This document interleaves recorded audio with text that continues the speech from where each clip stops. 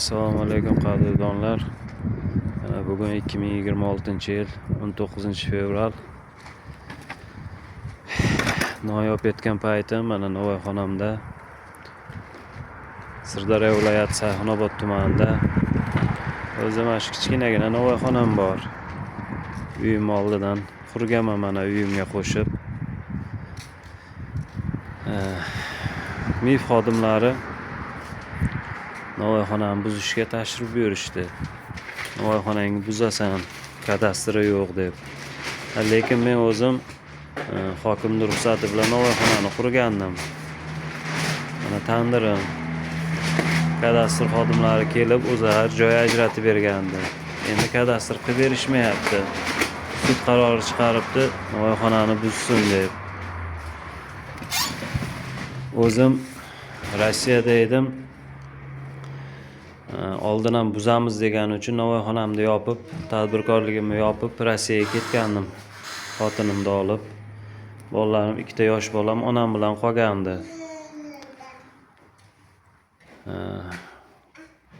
Hurmatli davlatimiz bosh rahbari Shavkat Miromonovich bizni Sayxunobodga tashrif buyurgandan so'ng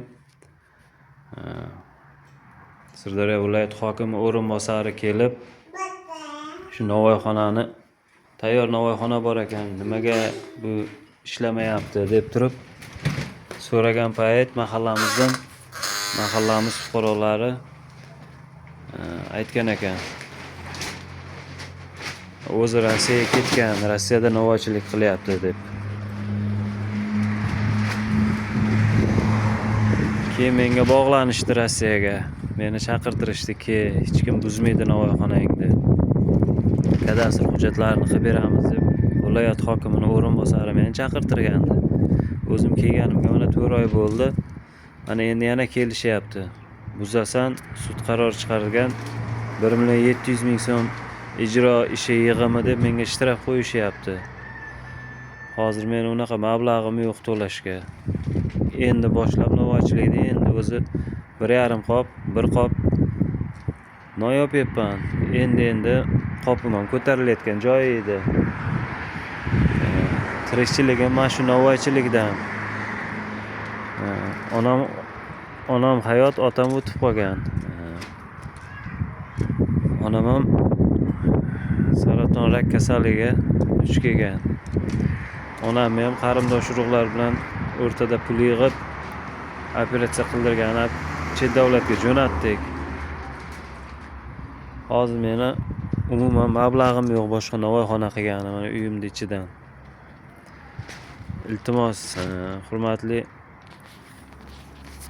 Shavkat Miromonovich, menga yordam bering. Novvoylarga temirchi, duradgor, shu novvoylarga teginmalaring degandingiz. Ular kelib mana endi buzamiz deyapti. O'zim qamalib chiqqanman. Qamalib to'g'ri yo'lga kirib kelgandim. Halol mehnat qilib, shu mahallamda bozorga non olib chiqib non tarqataman. Iltimos yordam bering.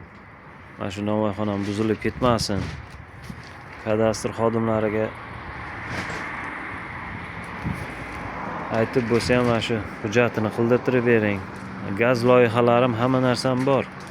Faqat shu kadastr hujjatim yo'q. Iltimos qilaman, mana shu Novvoyxonam buzilib ketmasin. Kreditga mana noyasi degan apparat, xamir apparat olganman. Kreditim ham bor. Mana shu apparatni olganman. Mana hozir endi dushanba kungacha muhlat berdi, buzib yuborasan deb. Buzmasang kelib o'zimiz buzamiz deyishyapti. Iltimos qilaman sizlardan, yordam beringlar, buzilib ketmasin. Buzilib ketadigan bo'lsa, ikkita bolam, endi onam ham operatsiyaga ketgan, kim bilan qoladi bilmayman. Xotin bola chaqamni olib endi Rossiyaga ketamanmi ishlagani boshimga qotib qoldi. Iltimos, muhtaram prezidentimiz yordam bering. Shu videoyim sizga yetib boradimi, yetib bormaydimi bilmayman. Sizga qanday qilib aloqaga chiqishni ham bilmayapman. Qo'limdan keladigan ish mana shu ota kasb, novvoychilik.